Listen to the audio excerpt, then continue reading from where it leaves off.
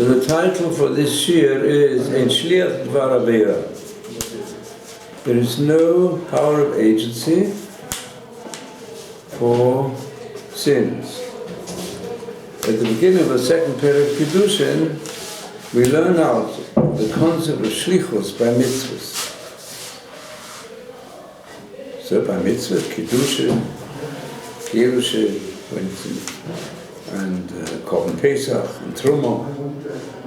Those are the sources that are brought at the beginning to show that a person can appoint an agent, not only in, as one does today, giving the power of attorney in monetary matters to somebody else, which is acceptable all over the world, but you can also apply a power of attorney in certain ways for these mitzvot. So let me ask you this question. If you can appoint another person to perform the mitzvah in your place, you can get married by proxy in a certain way, give get through proxy, give truma through proxy, do the slaughtering of the Korban Pesach through proxy.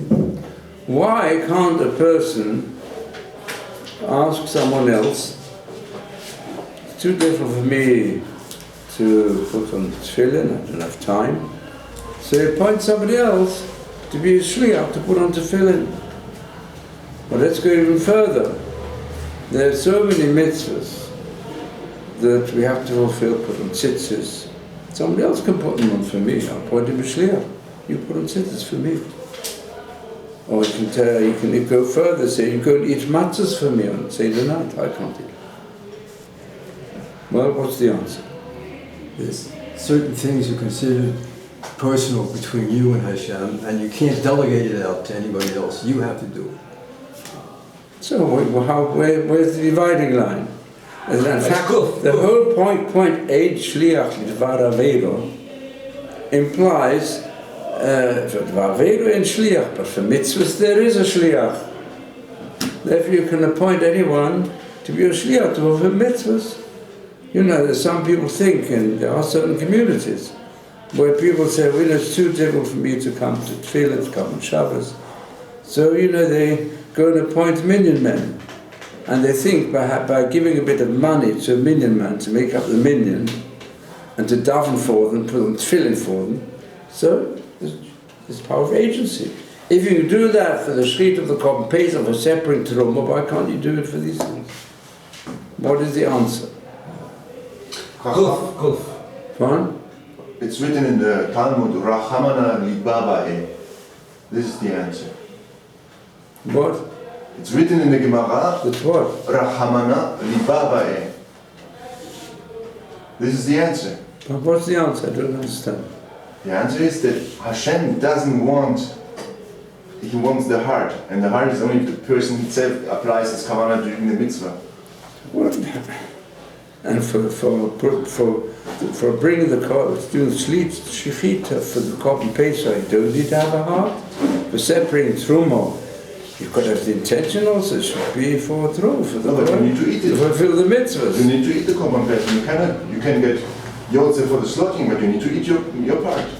That's the mitzvah. In other words, you're saying if it's a question of eating, you can't make a shliach to eat in your place. So really, where's the answer given in the Gemara? So on that, if you look in the Gemara has a whole discussion of Shliach Dvar Avera. And the Gemara brings sources for it, from Pesukim, from derivations. The derivations we mentioned in the Bryce of Rabbi Shmuel in the morning, how to learn our dinim from one example, Binyab Posukah, Binyab Shnei Ksubim. So there are various derivations, there's a whole discussion, Shaklavataria, how we learn out that there's a din of shlichut. And then how we learn out there's a din that shlichut does not apply to the Avera. There's also a logical argument that's brought, that ain't shliach Dvar Avera, and what is it? It's for agents like you. A logical argument in the Gemara. What is it? No, Dvra Rav, Dvra Talmid, Dvra Mi Shomim. What does that mean? if you have the words of the teacher who gives you guidance, and the words of the disciple, whom do you listen to? The teacher. You have the master of the world, the creator, who tells you what you have to do, and then a human being tells you, go against him, do an Avira, then who do you listen to? Master. Always have to listen to the master. Therefore we have a din, ein, shliach, and v'avera. We see Shammai on Daf Mem Gimel, page 43, disagrees. The whole discussion. How far does disagreement go? He says, yes, shliach, v'avera. That means the person who asks someone else to do a sin, specifically it deals with murder, to murder somebody, he's also responsible. And then the Gemara says at the end, the conclusion of this discussion, the Gemara, it says that everybody agrees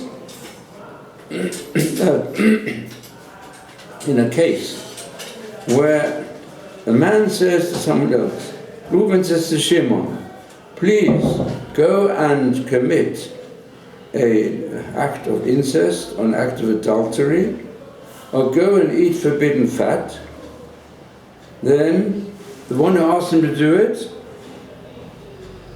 has no sin. The one who did it himself, he's got the whole sin. In other words, that's to some extent the answer. The answer which you gave, David, to some extent. I think that's probably what you meant. You can't ask someone else to go and do an act of eating, and then the act is attributed to you, because eating is done with the body. It's called mitzvah shebegufay. Similarly speaking, this can be extended. Just like you can't ask somebody else, please, you go and eat matzah for me on the night of the Seder. Yeah, I can't come to the Seder. So it doesn't work. Not considered. Reuven asked Shimon to eat matzah for me, so the mitzvah of matzah is done by Shimon, not by Reuven. Reuven's got no connection with it. Because as far as the mitzvah is concerned, mitzvah shebegufay. So with regard to tefillin, for example, this is the answer given to this question. Tosfos Red speaks about it. This is one of the interpretations of Tzos HaChoshen, and one of the interpretations of Chasam Sofer. Mitzvah shebegufay. And also Avera shebegufay, if it's done with his body, then it's his affair. Whatever anybody says to him has no connection whether he's fulfilling the mitzvah or doing an Avera. In other words, the person tells somebody else and the other person knows it's a forbidden incest or adultery, and he does it because the other person told him. What do you mean? You know yourself you mustn't do it. So therefore it's a mitzvah shebegufay and it's an Avera shebegufay, same thing. So on that we don't need any type of source. There's no real source brought for this. So we don't find the alternative entirely. A situation this person's body gets the physical benefit, and another person should be punished on that account. Similarly also. So that's with regard to tefillin. You can even make a distinction. In fact, we say two brachos on the tefillin. What are they? Taniyat tefillin, the other one is al mitzvah tefillin. So, there's two aspects to the mitzvah of tefillin. Our custom is to say, L'haniyat tefillin, you say on what? Hand. On the hand tefillin. And the al mitzvah tefillin on the head tefillin. So you can say like this. The tefillin is a very good example. Can a person who, let's say, he is partly crippled and he has no way of tying the tefillin on his arm, so can he ask somebody else to do it for him? Yes. Yeah. Who would say the bracha? He does. He does himself. The haniyat tefillin, but he makes the one. That's the whole question. In a certain way, he makes the one who asked him to tie the tefillin. Tying the tefillin is an action, but it's got to be done on the body of myself, right? Therefore, as far as the body is, if I get a shliach to put on tefillin for me on my arm, and he does it for me, then it's considered my mitzvah, because I can make a shliach on an action. All the examples we gave before of separating truma in action and doing the slaughtering of the Pesach is mitzvah. It says every Jew has to do shachnut or kol adas Yisrael. So the action of doing the shechita, that can be done by the shliach. And certainly kiddushin gerus is a question of doing an action of netzinat kiddushin, or giving over the get. That's all possible. But in tefillin, the din's got to be on the body of the person. Hashem said, you must, so kshatom you can make a shliach. But the tefillin of the head, it says, very interesting, tefillin of the head are open, and it says in the Chumash, all the nations of the world will see that the name of Hashem is called upon you. So Beleza Gadol says, these are the tefillin on the head. Mitzvahs tefillin on the head, that is different. This aspect of the tefillin, it's got to be on my head. It's got to be shown to the world. They're the essential part, not the action of putting on. The essential part is got to be on my head. So if I've got tefillin on my head, that is my mitzvah. Somebody else can put them on for me, but they have to be on my head, on my guf. Similarly also, I give the example of Korban Pesach. Korban Pesach, so what's the din about eating it? Can you make a shliach to eat the Korban Pesach? No, because that's the body. So this is a very good distinction. Explains also why the end of the sugya is, if you look at it, that in this instance, that answers that question. Now let's come to a second very important question, which comes up in this whole discussion, and which is a very basic issue in recent times. And that is the question of the opinion of Shammai. What Shammai says, if you look at the Gemara, let's see what the Gemara says. In the whole discussion in the Gemara concerning Eichler Dvaravero. So there's a brisa, Ha'omer lishlucho tzei harog et hanefesh. He who says to his messenger, go and kill so-and-so. Then hu chayiv v'sholcho patur. Then the person who does the murder, he is considered liable. So he's the murderer, but the one who sent him is patur. Does not get a punishment, called the Tanakama. You saw this Gemara. Shammai Zaken Omer, but Shammai, in the name of Chabe HaNavi. It goes back to the prophets. Sholochav Chayav. Those who send him to be killed are liable. Because it says, in connection with the episode of David HaMelech and Uriah HaChitti. How was Uriah killed? He was killed by the sword of the Bnei Ammon. He had to go to the front, and at the front he was killed by the enemies. So the prophet Natan came to David HaMelech and said, you are guilty. You are the murderer. You killed him. You killed him. Or Torakta, this is addressed to David HaMelech. You killed him with the sword of the Bnei Ammon. You sent him to the front, you told him to go there. And knew it was dangerous, and you had the intention, you wanted him to die. So now the Gemara discusses, this is, to go back in this whole principle, which goes over a few pages, of Shlichut, that although Shlichut applies generally to actions, mitzvahs, mitzvah of the body we're not going to discuss, but that we've settled. That mitzvahs of the body and sins of the body. But actions are Shchit at Korban Pesach is an action, and for that, everybody can appoint whoever does the shechita, you be my shliach. The Kohen does the shechita, does the whole animal, is my shliach. Very good. So, comes along Shammai and says that to go and tell someone to go to be killed, doesn't mean it was the sword, really the sword when Ammon killed him. But it's your fault.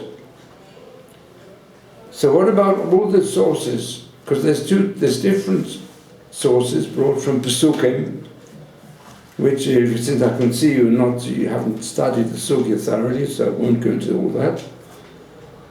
But I think this you can understand yourself. There's sources in Pesukim, and many say the real source in the end of the discussion are the verses, because they Rata Katuv. If it's a Dvar Avira, the person who sends is not Chayiv. The person does the action is Chayiv.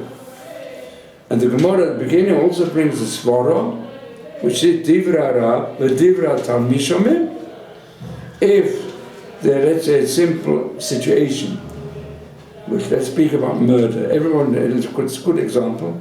Everybody knows that murder is forbidden. It's forbidden also explicitly from the Bnei Noach. Because it says in chapter 9 of Bereshis, it says, Shofech dam ha'adam, ba'adam damo yishafech, ki b'tzelem u'kim asay ha'adam. There it says for the Bnei Noach, and includes the Bnei Israel as well. The command was given to Noach explicitly that he who spills the blood of a man, and says miyat adam yat ish ba'achiv, is from man, and also man against his fellow man, from which the sages learn out. This teaches us that the one who sends someone else to his death is liable. What's a libel? As here, we know Shammai agrees with that. So what do the others going to do? The others have to suk him.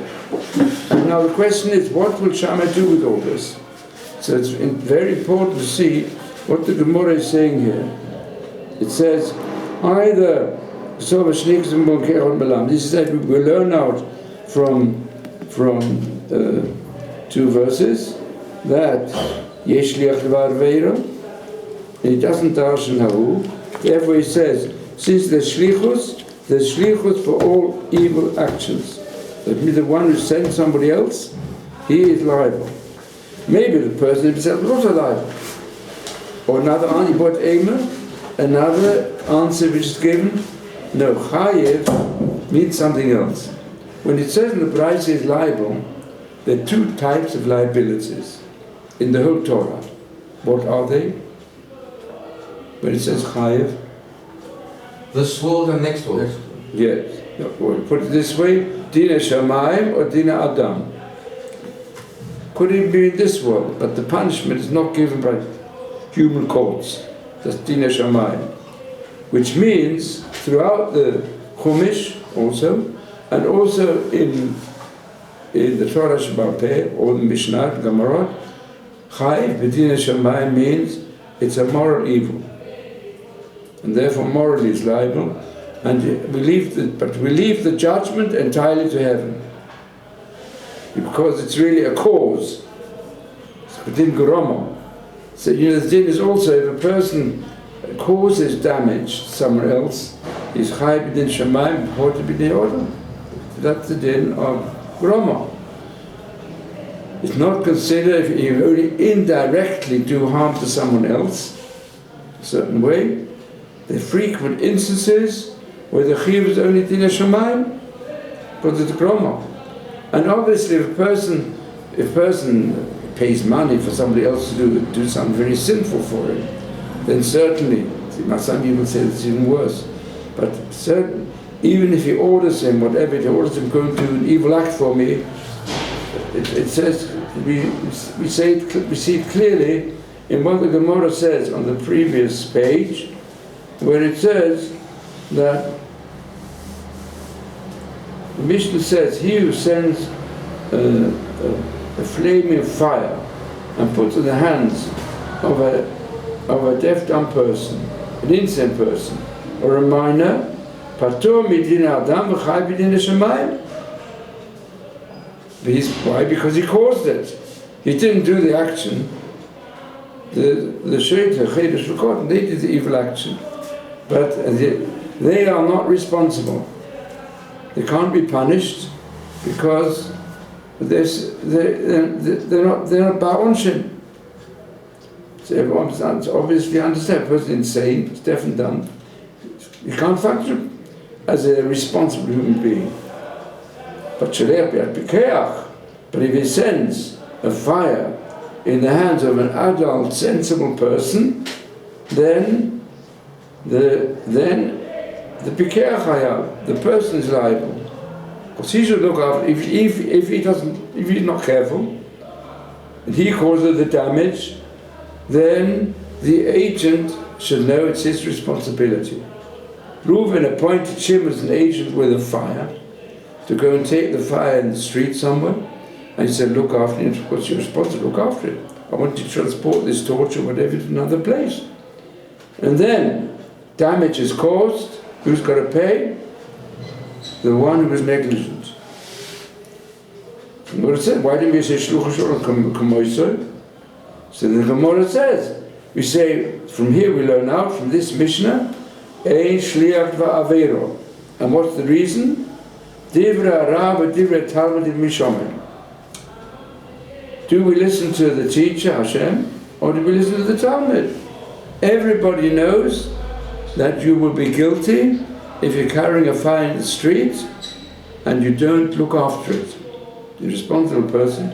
Or let's say today, it's happened today. A person gives his little boy, to give practical examples, he gives his boy over bar mitzvah, under mitzvah, over mitzvah, he gives him an electric bicycle and doesn't take, and the father, whatever, buys it for him, and that boy goes and knocks down somebody, which is happening these days non-stop.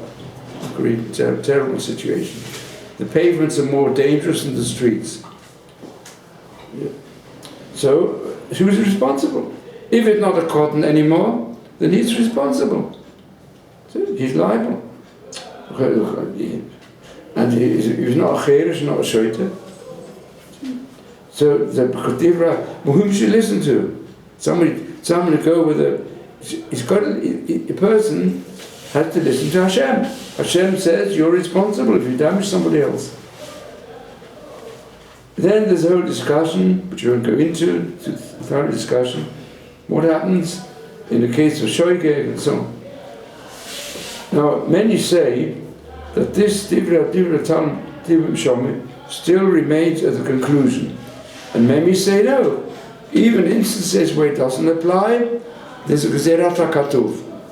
So now going back to our Gemara concerning murder, where we find that Machlok Tanakama, who says that the person who sends a person to murder is not liable. So there's various explanations. Shammai says he is liable because he does not agree with these derivations. She does agree with them. And it does agree Ein Shliach Va'avero. So why does he say there is a Shliach for someone to push someone to murder? So there's more answers. It's different. That you can say darshans it, but Chayev means Pedina Shomayim, means heavenly punishment. So the Gemara also with Tanakama, he doesn't say there's heavenly punishment. He also says heavenly punishment. It's explicitly there's no punishment of the courts. So the Gemara answers there are two types of heavenly punishment: Dina Rabba and Dina Zuta. If according to the Tanakama, he is considered liable, but the person is not as liable as according to Shammai. Shammai says you're going to get a very heavy punishment for sending him. And the Tanakama says no. You can say after all, he knows quite well not allowed to murder. So I told him to murder. He's got his own conscience. And let's say, if you go according to the view, if you go into it more deeply, the voice of the conscience is really the voice of Hashem. As far as murder is concerned, Everyone's got specks of conscience. It's a very important question. Another answer is, Shani Osam, the case of murder is different because it says explicitly, for the example of David HaMelech, Oto Arak, you the king, have murdered him with the sword of Bnei Ammon. I said, what do the others say if it's explicit? They say, it says, no, what do you mean? You said, interpret the verse differently. It says, Hare lecho kecher of Bnei Ammon. It's not an action that you murdered him, but what you did is like the sword of the Ammonites.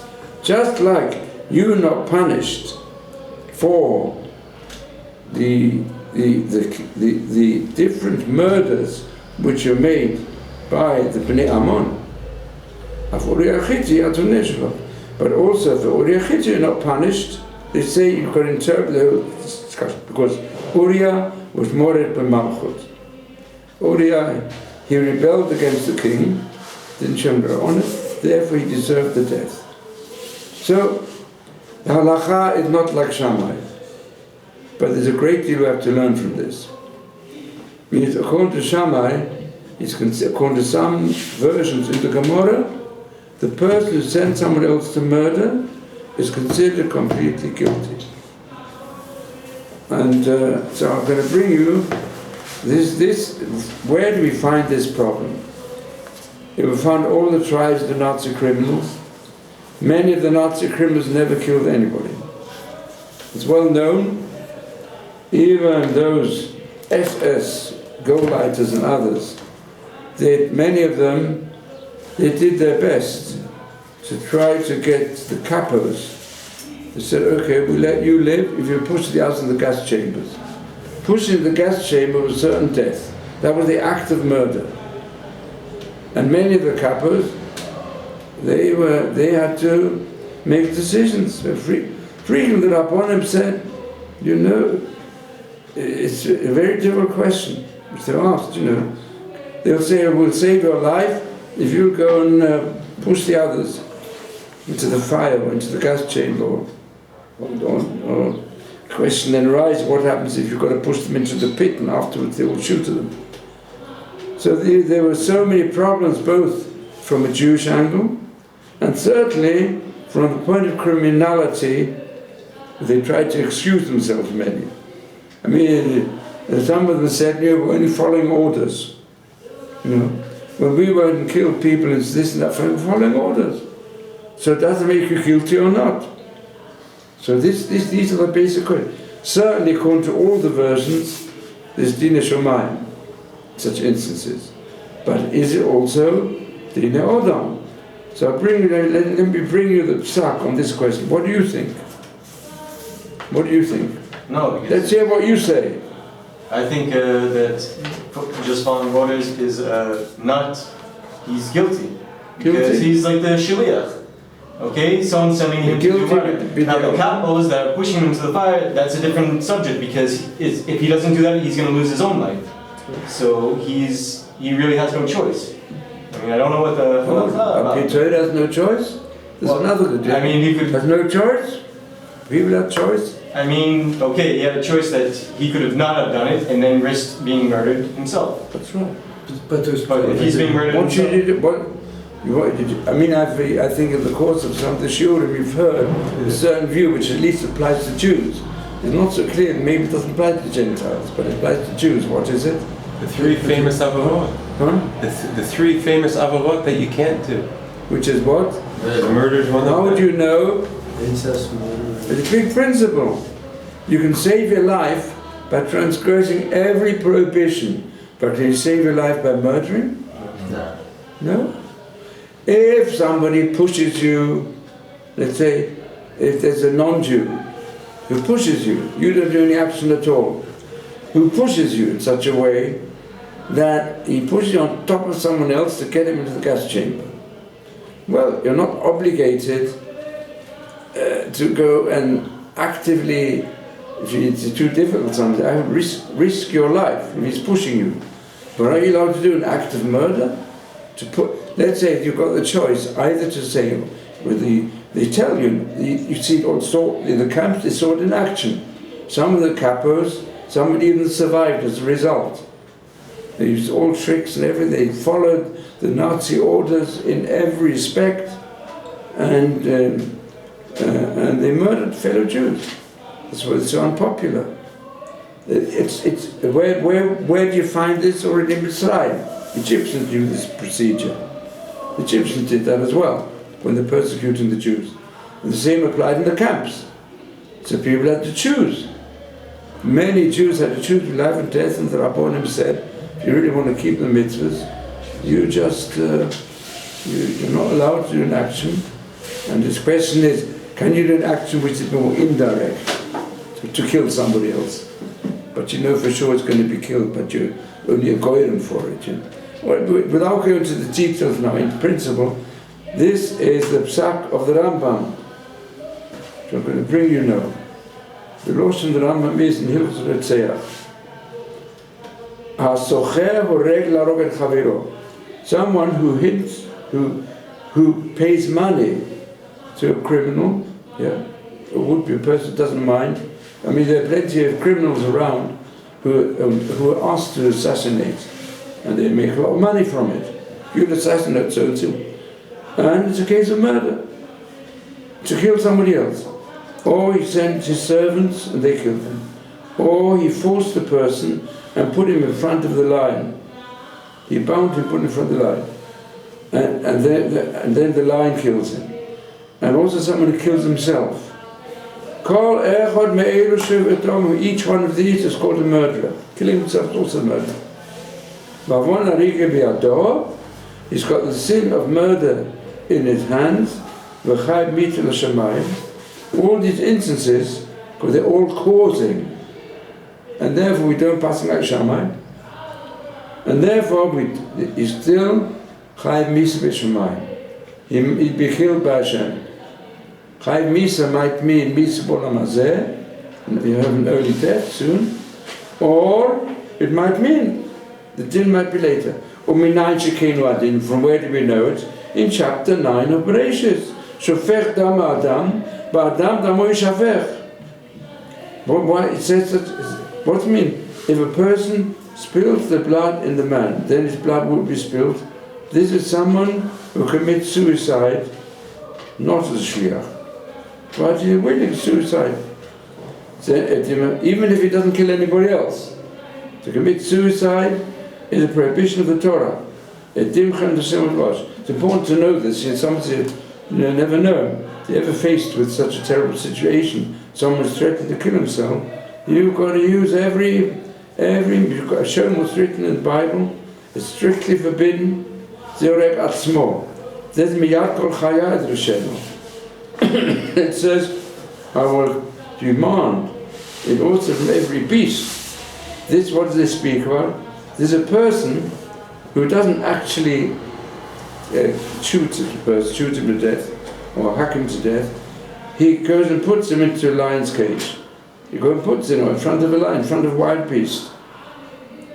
Miyad Adam, Yad Ish Achiv. What do you mean, man of his brother? That is someone who hires others, gives them money to murder someone.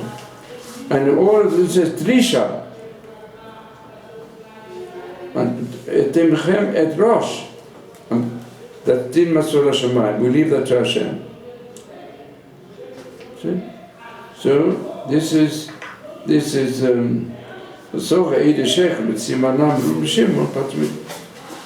okay. That's how the Rambam describes this, and it's certainly a very involved situation, and for Jews, it applies to Gentiles as well. And this is the basis of understanding Din Hashemayim. If it does anything more directly, then it's called not just the cause, but it's called actual murder. So this is one important question. So now let's come back to the salt. I'm not going to go now into the whole concept of derivations. For that you really have to enter more into details of the Gemara here and the Gemara elsewhere. But I'm going to delve more deeply in the aspect of svara.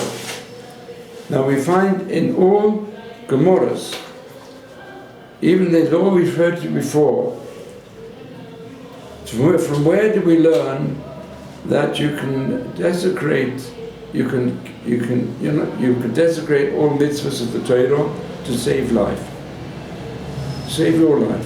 From where do we learn it? Live by the Torah. So it says the mitzvahs should be done by chai b'hem. All the mitzvahs there to lengthen life. Yeah. Therefore, we've got to do our best always to lengthen life of every person under all circumstances. And if we see it's threatened, we have to desecrate all the mitzvahs of the Torah, except if there's religious persecution, which you have to go into now. Except 3 cardinal sins. What are they? Incest? Murder, adultery, idolatry. No, I'm not. There are verses brought. Is there in the source? You've got to love Hashem with your life. That means if you are being forced to actually worship an idol, and otherwise you'll be killed, you've got to let yourself be killed. When you kill Hashem. And that's learned from loving Hashem with your life. And then there's another source from the Pasuk in the Chumash. The same applies if you've been forced to commit an act of incest or clear adultery, the same. But when it comes to our example, if there's a tyrant who says, either you kill this Jew or I'll kill you, like happened in the camps, yeah, they'll say, if you want to push that person into the gas chamber, which is certainly death, then, or they'll say, I want you to close the door, you close the door on the gas chamber, you lock it, you push in and lock it. So, if you don't want to do it, I'll kill you. Then what do you have to do? Be killed. As a Jew, in any case? Passive. Be killed. Yes. And how do we know that? Where is it written? It's written anywhere. 10 Commandments. Where? Law, teacher. But how do you know this is how do you know it applies to such a situation? In self-defense, you're allowed to act in self-defense, to kill somebody. Somebody comes to you and says, we're going to murder you, and he's got a knife in you, then you should kill him. That's the only way. Kill him first. Kill him if he comes and says, kill him first. Your blood's not redder than... What is that? Your blood is not redder than your fellow man's blood. But that's a svara. What's a svara mean? It's a moral teaching developed by the conscience. Yeah? Now why do you think you're getting compared to the other? It's called a svara. What is that svara for? So we see svara plays a very important part in the Torah. And what is svara? Svara is moral conscience. That life is sacred, and although we've got an apparently opposing rule, if that person's got a bottle of water and he's dying of thirst, and there's not much water there, you don't know what's going to happen next, and you almost feel that you're going to die, and there's another person traveling with you, and he doesn't have anything, he sees dying away, what should you do?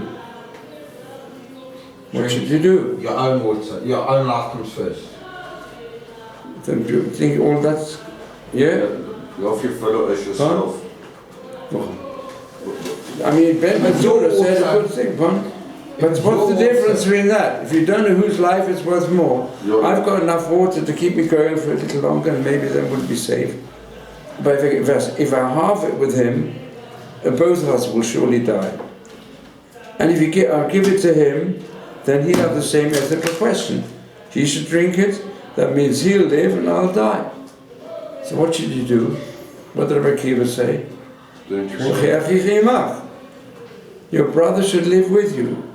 But chayecha kodmin, your life comes first. If your life comes first, why shouldn't the couple say the same thing? What's the difference between these two models given in the Gemara. The one's passive, the one's active. One is active murder, and the other one really is the thirst that's killing. So therefore you've got the duty to keep yourself alive. Hashem, some even say that the opponents of Rabbi Akiva is Ben Petura. And they say Ben Petura is an unusual phrase. What's Ben Petura? Petura is a term used in Talmudic language for a loose woman. It's free for all. Petura. A loose woman. Who is referred to as the son of a loose woman? What the non-Jews call the virgin birth.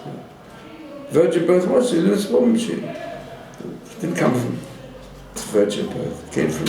It's obvious that this whole myth of virgin birth goes back to some form of loose woman. The father, whoever the father ever he was, so she went with another man. Virgin birth. So this is Ben Petura. And Ben Petura, we know, went around preaching that if someone hits you on one cheek, show the other cheek. Yeah, do not resist evil. With anything evil. Don't if something happens to you, just give in. Which is not the way of the Torah. The Torah says your life comes first. So the question, as Doron said correctly, active murder. If someone says you do the action, that means if, let's say, the Nazi, he goes and he takes hold of the capo, and the capo's holding a Jew, and then he takes hold of his body to push the other Jew into the gas chamber. Then this din doesn't apply. That's like the case of the water. Your life comes first. But doing active murder, it's forbidden. So now let us go over to the question of this svara, because this really is going to be my main share on Dvray Rav, Dvray Talmud, Dvray Shomim. This concept, you've got to listen to the master and not to the disciple. In other words, listen to this instant master is reference to Hashem, who gives us moral teachings and decisions in the halakha. You have to follow what Hashem says and not what any human being tells you. The question is, what's the idea of shir klali? I mean, when you learn Gemara, you're getting into it a bit. The truth is that often you don't see the forest because you just see the trees. You go in such detail in certain matters, and you don't even know really what it means, how it fits in. The idea of a shir klali, as also really the idea of Tosfos and Rishonim, is to recognize and give a statement made in the Gemara. Divrei chachomim ashirim b'makom echad v'aniyim b'makom acher. The words of the sages are rich in one place and poor in another place.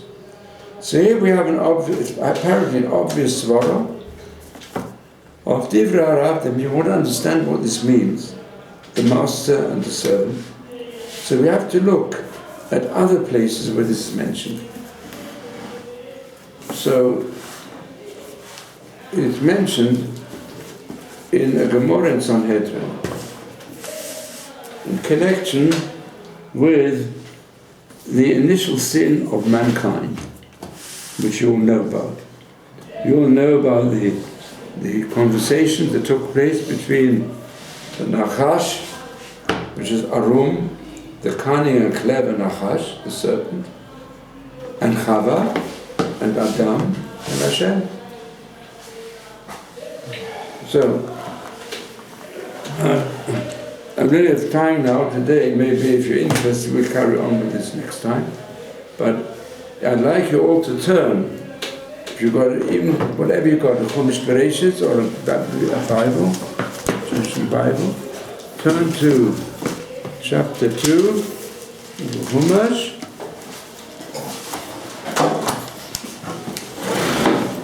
No, chapter 3 of the Chumash. So, chapter 3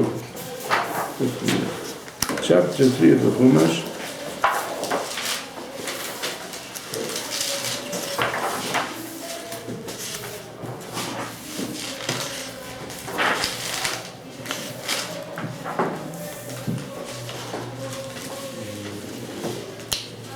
It says on Achash Hayaorum, beginning with chapter 3. This serpent was cunning, clever, more than all the beasts of the field, which Hashem God had made. So he said to the woman, Avki Amaylokim, did God really say that you shouldn't eat from all the trees of the garden?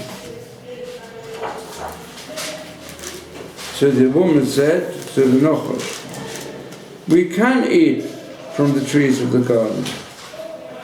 It's verse 2.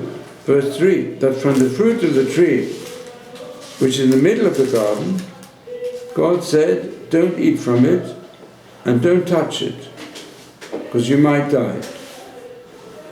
Just a minute. Did God say shouldn't touch it? I mean, if you turn to chapter 2, that's what we have to also have in mind, chapter 2, that before the woman was created, so what does Hashem say to Adam? He says in chapter 2, verse 16, and the sages say this is really the verse that contains what we call the Noachide code, given to all human beings. Because Adam HaRishon represents all human beings. There are many sources for this. Hashem, God said, and gave a command about man saying, you may eat from all the trees of the garden. It might even mean you should eat from all the trees of the garden. And this verse is explained in the Gemara Sanhedrin, or tradition. This verse contains the basis of the Noachide code. It was given to Adam HaRishon already. And from the tree of the knowledge of good and evil, you may not eat, because the day when you eat from it, you will surely die. I'm not going now in detailed interpretation of this. It turned out they didn't really die, you might say. So let's give a simple interpretation. Sure die means that the initial situation of Gan Eden is basically a spiritual world. Even if it's connected with the physical world, but it's one pervaded entirely by spirituality on a different level than the life we have today. As is implied when it says afterwards, because of the sin of Adam and Eve, they were driven out from Gan Eden. That means Gan Eden is like a higher level, which will be resumed after the coming of the Mashiach. Anyway, then Hashem said, it's not good. Man should be alone, I'll make him a helpmeet opposite him. And then Hashem created all the different beings. And then he created woman. But it only says you mustn't eat from the tree. But she said you shouldn't touch it. Why did you say you shouldn't touch it? Why? What's the reason behind it? What did we learn from here also? Get it. Huh? No, Adam HaRishon, who'd heard the commandment, she hadn't heard the commandment. Only Adam heard it. When she came into the world, Adam told her about the commandment that applies to all of us. So in order to ensure you shouldn't eat from the tree, he said don't even touch it. It was an addition by Adam HaRishon.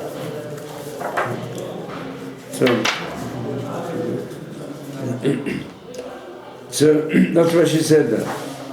Then the Nachash says to the woman, you're not going to die. And you're told to go and touch it and you'll see. You go on living like before. But she did. So you see, you're not going to die. Because God knows that on the day when you die, your eyes will be opened. You'll get experience. You'll become like God, who could also, He knows all about good and evil, a mixture of the two. Your eyes will be opened. Then it says the woman saw the good for food, nice. So then the old says like this. I've got a few minutes. I'll tell you the whole discussion. Gemara Sanhedrin, if a person is accused of a crime and he can't speak, a crime of even a monetary crime, a crime, stealing or and difficult for him to defend himself, then the Bezdin may also support his defense. If he gives some form of a defense, that's not, the Bezdin have the right to make a ta'ana on behalf of the accused. It applies also in the case of murder. The person is accused of murder, so of course he's very frightened. He brought in front of the prosecutor, and it's difficult for him to defend himself. And the Bezdin have the permission, they hear from him which direction it goes, and they can advise him. And they can even mention certain defenses in his favor. That's the whole discussion. But it's getting late. But if are you interested in this continuation? This subject? Yes. So then I would like you for next week also to have a look at Sanhedrin, page 29b. You can have an art scroll and have another look at the Gemara there, and then there are many questions concerning the sin of Adam and Eve, all connected with this. What the claim that the claim the Nachash could have made was it? In other words, you can't listen say, to the why did you master. give me- I'm not the master. Yeah, listen why to the did you master. give me Why a should I be liable? Why should I be punished? Afterwards, Hashem punished the three of them. Yeah, He punished them. If you look carefully in the text, you look carefully in that passage in the Chumash, you'll see Hashem. He didn't start opening words of questions and why did you do it? No, straight away gave the punishment. The Gemara says, why could he knew quite well that the Nachash is cunning and could bring plenty of answers why he enticed Adam and Chava. And through why he enticed them, because he followed the view. What do you mean? I enticed them, but they should have listened to me. God spoke with you. Whom do you have to listen? You speak to this. You speak to the Creator. You speak to me. Hashem created me. I'm enticing you. It's true. But try to go against Hashem. But you should have listened to Hashem, not to me. Therefore, I don't deserve any punishment. So he claimed to Hashem his Barach. He said to Hashem, please, I'm entirely innocent. Now the interesting thing is to take the Sugi and Sanhedrin more thoroughly. Do you read through that? The art scroll? Also read a bit the commentaries, the commentary of Rashi and Ramban if you can, on those few verses concerning the primeval sin. And you can learn a lot about the questions we raised before. Who's responsible in our life today for enticing people to sin or helping them to sin? Or would you say people have their own conscience? Of course, these are very basic questions. You see, the whole,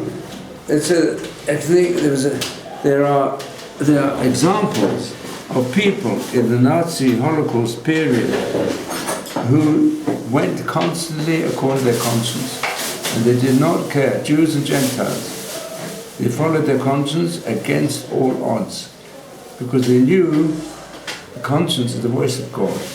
We have to listen to it, and that's we owe our lives to so many people of conscience, Jewish ones and non-Jewish ones. Because if not, the Nachash that comes with it, which which the palm knuckles represents the Yitzhara. If you go to more deeply, it's a very fantastic connection between halakha and basic outlook upon moral issues of today.